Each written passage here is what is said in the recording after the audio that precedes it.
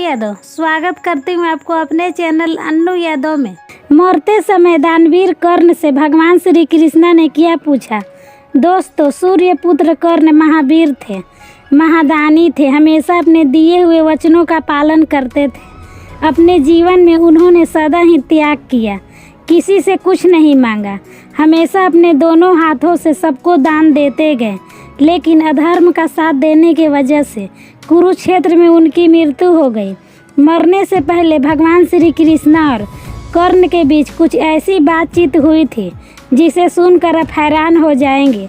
आखिर मरते समय भगवान श्री कृष्ण ने दानवीर कर्ण से क्या पूछा था, आज के इस वीडियो में इस बारे में जानेंगे।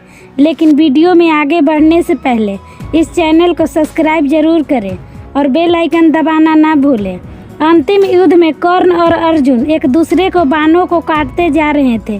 इस युद्ध में कभी कर्ण अर्जुन पर भारी पड़ रहे थे तो कभी अर्जुन कर्ण पर भारी पड़ रहे थे। उनका युद्ध को देखकर ऐसा लग रहा था मानो ये युद्ध कभी समाप्त ही नहीं होगा। लेकिन नियति ने तो हमेशा ही कर्ण के साथ अन्याय किया।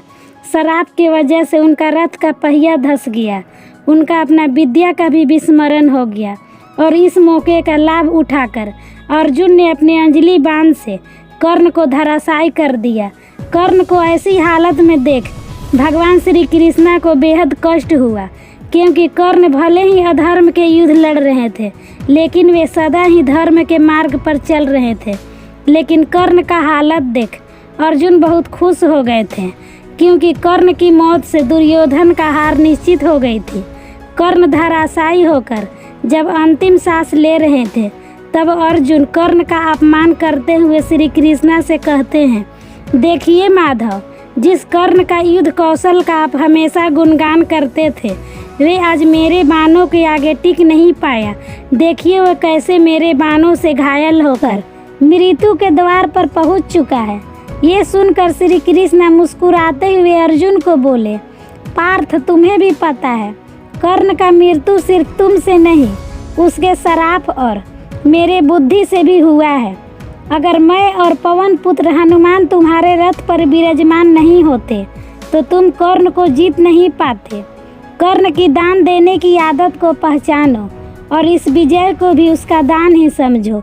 ये सब सुनकर अर्जुन का अभिमान जाग गया और उन्होंने श्री कृष्ण से कहा, अगर कर्ण सच में दानवीर होता तो धर्म उसका रक्षा करता। लेकिन देखिए कर्ण अब मरने ही वाला है, तब कहाँ गया उसका दान पुण्य। अर्जुन की ये बात सुनकर भगवान श्री कृष्ण ने एक लीला रचने के बारे में सोचा। कर्ण की अंतिम परीक्षा लेने के लिए अर्जुन के साथ ब्राह्मण का भेष धारण करके वे दोनों कर्ण के सामने आ गए। उनको देखते ही कर्ण ने उनको प्रणाम किया और कहा, हे ब्राह्मण देव, आपका स्वागत है, कहिए मैं आपका क्या सेवा कर सकता हूँ। ये सुनकर भगवान श्री कृष्ण ने बोले, हे अंगराज, मैं तो आपके पास दान की आशा लेकर आया था, लेकिन मुझे आपकी स्थिति का ज्ञान नहीं था, इसलिए मैं यहाँ से खाली हाथ ही लौट जाता हूँ।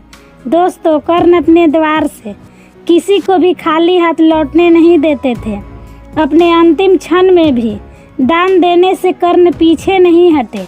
उन्होंने पास पड़े हुए एक पत्थर को हाथ में लेकर उससे अपने सोने के दांत पर प्रहार किया और उसे तोड़कर ब्राह्मण को देते हुए कहा, हे ब्राह्मण देव, अब मेरे पास दान देने के लिए इतना ही है, आप कृपया इसे स्वीकार कीजिए। महादानी कर्ण को दानशीलता को देख ब्राह्मण रूपी अर्जुन की आंखें नम हो गई। इसका बावजूद भगवान श्री कृष्ण फिर से कर्ण की परीक्षा लेने के लिए उनसे कहा, हे कर्ण, आपका ये दांत तो खून से लथपथ है और अशुद्ध है और ब्राह्मण को ऐसा स्वर्ण दान करना उसका अपमान ही है, मैं इसे ग्रहण नहीं कर सकता। ऐसे में बुरी तरह घायल कर्ण बड़ी मुश्किल से हिलते हुए पास रखे धनुष बाण उठाकर वरुणास्त्र को जलाया। उससे जल की वर्षा होने लगी। उस पानी से दांतों को धोकर पूरी तरह शुद्ध करके वो ब्राह्मण को अपनी स्वर्ण दांतों का दान देते हैं। महादानी कर्ण की दानवीरता को देखकर श्री कृष्ण और अर्जुन हैरान रह गए। इससे श्री कृष्ण और अर्जुन ब्राह्मण का रूप छोड़कर अपने असली रूप में आ गए। भगवान श्री कृष्ण ने कर्ण से कहा, हे महादानी कर्ण, मुझे इस बात में कोई संदेह ही नहीं था कि तुम किसी को भी खाली हाथ नहीं जाने दोगे। तुम्हारे जैसा दानी न आज से पहले कभी हुआ, नहीं कभी होगा। हे कर्ण, तुम्हारे दानों के लिए इस संसार में तुम्हारी गिनती सदा अमर रहेगी। वीडियो देखने के लिए धन्यवाद देती हूँ। खुश रहिए, मस्त रहिए, आपका दिन शुभ हो।